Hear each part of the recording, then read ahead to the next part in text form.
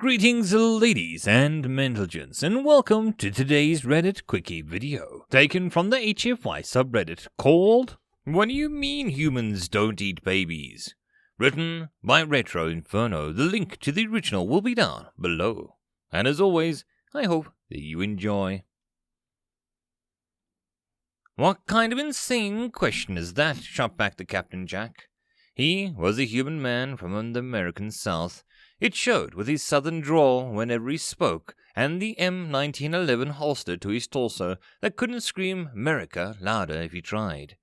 Raising him was his partner in crime, more specifically an alien woman called Candy.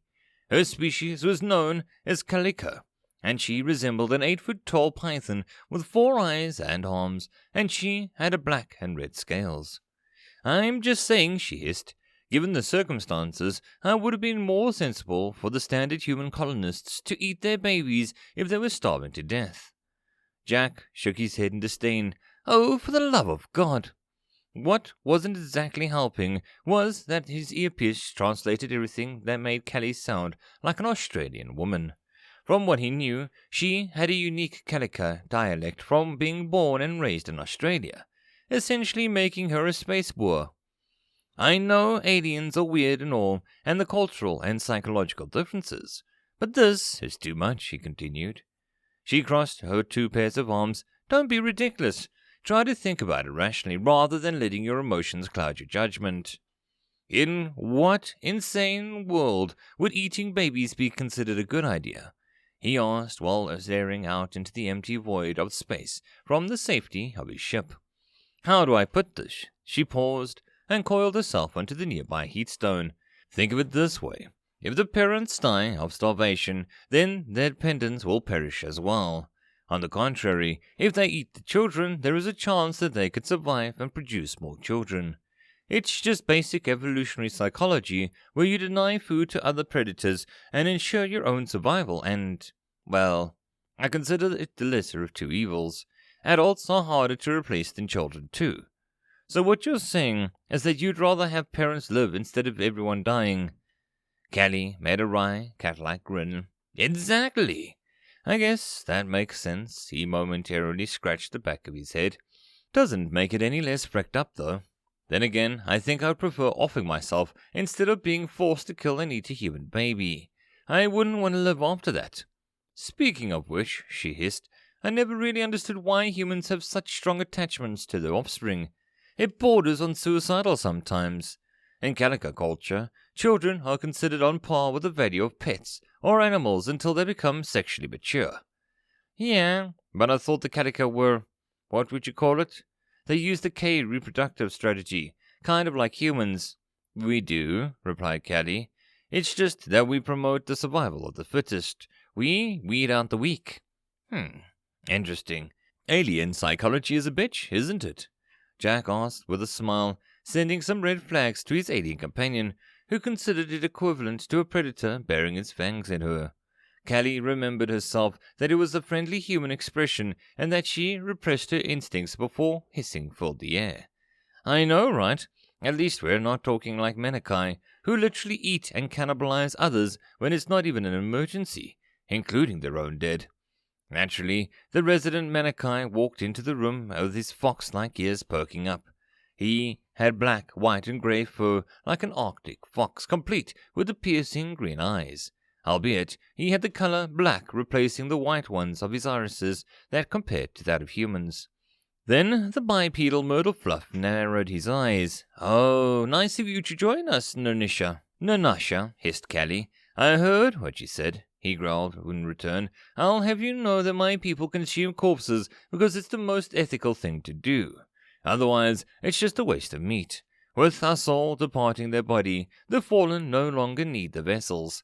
So satiating yourself on them helps to avoid inflicting unnecessary suffering on others, whether they be sentient or not."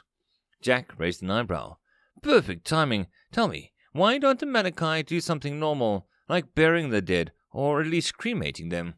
"Like I said," answered the Menachai man, "it would be a waste. You would just be wasting tons of resources if you buried a dead person, and they end up becoming worm food equivalent anyway. Humans don't understand because you're not carnivores. You can eat just about anything, so you don't need to worry about food as much as we do. Oddly enough, all of this talk of making me crave something to eat, said Jack as he made his way to the adjacent room. Well, you weird alien carnivores have some fun without me. In response, Nanasha rolled his eyes and Caddy fully coiled herself onto the heatstone and pleasured hiss. Meanwhile, Jack found himself in the kitchen equivalent, where yet another alien resided. He recognized him as the avian from a species known as Gasharans, who were herbivores standing at the height of 4 or 5 feet tall on average, with a glowing bioluminescent feathers. This particular Gasharan had sapphire blue feathers and wore a pair of sunglasses concealing his beady black eyes. "How's it going, Ayaz?" asked Jack as he shifted through the refrigeration unit. The aforementioned avian chirped after we finished swallowing some dried fruit. "It's going good. Just saying, though, I overheard your conversation. I love them and all that, but those carnivores have some weird views on how the world works." Agreed. Wasn't expecting a talking bird with sunglasses to be the most normal person on the ship. "Thanks, I think," said Ayaz, the stone, cold fashion. "I don't know how you do it, man. It took me years before I got used to being around predators. The Kalaka kind of freaked me out for being like 8 feet tall apex predators. I've been at it longer than you, and humans think aliens are cute. Take Nanasha, for instance. He might be big, bad, tough-looking guy, and reminds me of a 7-foot-tall werewolf, but he has the cutest little white hands and feet. I'm not cute," roared Nanasha a short distance away. "I am a fearsome warrior." Captain Jack chuckled to himself as he fixed some grits and poured himself a glass of cold, sweet tea that reminded him of home. Last, but not least, he prepared some luxury food in the form of 2 eggs and cooked them sunny side up. Once he was finished, he seasoned the eggs and salt and pepper before joining A.S. at the table, who was just finishing up his snack. "Ah, ew," chirped the avian in question, and his feathers were fluttered with the sight of the eggs. "Is something wrong?" asked Jack as he was devouring his food. "Yeah, you're eating eggs. And you're basically consuming the physical manifestation of a woman's period. It grosses me out." These words made Jack recoil. His eyes went wide as he came stunned realization regarding the true nature of the universe. "My God!" he exclaimed. "It turns out I was the weird alien all along."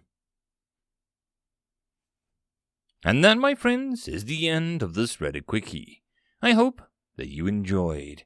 If you'd like to support this channel, there are numerous ways to do so, listed in the description down below. The easiest and best way would be to share this video and my channel as much as possible. I'll see you all in the next video, and I hope that you have a good one until then. Cheers.